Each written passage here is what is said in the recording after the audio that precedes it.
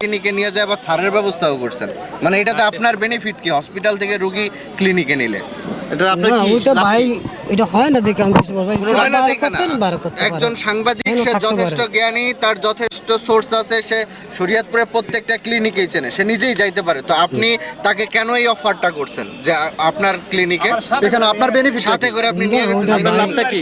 ভাইরা বলছি যে ভাই করেন তো করতে পারেন না, করলে তো আর এমনি এমনি হয় না। মানে আপনি এই অফারটা কতজনকে দেন বা কেন না, দেন না, এই না, অফারটা? আমি এই যে আপনি কথা করলে করতে পারেন, না করলে না করতে, কত পার্সেন্টেজ পান? এই যে ভুক্তভোগী তো আমাদের সামনে না, এই ভাই আছে তো, ঠিক আছে আছে, আমি তো ওনার আসি। মতো আরো কতজন আছে? আমার অসুস্থ ছিলাম, অসুস্থ থাকাকালীন অবস্থায় আমি ডাক্তারের পরামর্শ নেওয়ার পর আমার বেশ কয়েকটা পরীক্ষা দেয়। তো আমি সদর হসপিটালে আসছিলাম, আসার পরে আমার 2টা পরীক্ষা হয়েছে রক্তের। হঠাৎ করে সে বলতেছে একটা পরীক্ষা করতে অনেক বেশি টাকা লাগবে, যে চলেন নিয়ে যায়, প্রায় 2600-2700 টাকা লাগবে সে বলছে। পরে ক্লিনিকে গেছি মতন সেই জায়গায় বলতেছে সেই কমাইতেছে, আমাকে নিয়ে গেছে ধরে যে লন ক্লিনিকে লন। এটা না, মানে আমি বাইরে বলছি যে ভাই, কিছু বলেন না। শুধু একটা সিবিসি হয় না, এই জন্য কিছু পাইছি, তেমনি মন সে করতে পারে না, ছেলে নাই। এরকম কিন্তু আপনি না না, আমি বলার কিছু না। নিশ্চিন্তে খান স্বাস্থ্যকর অল টাইম পান, অল টাইম হেলদি লাইফ। বলার কিছু না, কিন্তু ভাই হয় না, আপনাদের এই চক্রে আরো কে ভাই কে আছে? হয় না, এটা লিখে। আপনি কি ভুল ভুল করছেন? করছেন আপনি? হ্যাঁ, আমি অন্যায় করছি। আপনি ভুল করছেন, আপনি আর ভুল করবেন? আমি অন্যায় করছি না দাদা। এই হসপিটাল প্রাঙ্গণে সবার কথা কাছে আসবেন? আপনাদের সাথে আরো কে কে আছে? না আমার কাছে, আপনাদের এই corruption-এ কারা? আমার সাথে আর কেউ নেই দাদা, আমার আবুল কালাম দাদা।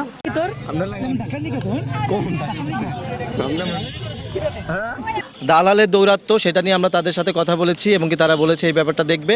আমরাও নিবিড় পর্যবেক্ষণ করব, যেখানে কারা কারা দালালি করতেছে, কোন কোন চিকিৎসক ব্যক্তিগত ক্লিনিক খুলে বসছে, সেখানে যে দেখতেছে, সেখানে নিয়ে যাচ্ছে, টেস্ট করতেছে, এগুলি সব আমরা এখন থেকে স্টুডেন্টরা সার্বক্ষণিক মনিটরিংয়ের ভিতরে রাখবো।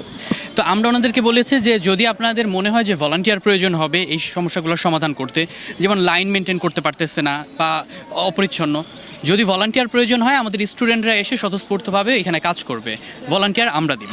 তো আমরা ওনাদেরকে 7 দিনের সময় দিলাম, যদি ওনারা এগুলো ব্যবহার করে ওনারা নিজেরা সমাধান করতে পারে করবে, যদি ওনাদের প্রয়োজন মনে করে আমাদের ডাকবে। কিন্তু আমরা যদি 7 দিন পরে এসে আবারও দেখি যে সেম অবস্থা, তাহলে এটা টোটালি ওনারা এই নতুন বাংলাদেশের সাথে ব্যর্থ। তো সেই লিস্টে যেই সুবিধাগুলো রোগীদের পাওয়ার কথা সেটা যেন যথাসম্ভব চেষ্টা করা হয়, সেটা ঠিক করা এবং সেই সমস্যাগুলো কিন্তু তুলে ধরা হয়েছে, আমরা কিন্তু এক্সট্রা কিছুই বলি নাই। সেই জায়গাটা বলবেন। এখানে যে কটা আমরা প্রবলেম বলেছি আরো কিছু অ্যাড হবে, সব হয়তো আপনাকে বলতে পারিনি। এইগুলো মিলে আমরা একটা স্মারকলিপি আপনার কাছে দিব।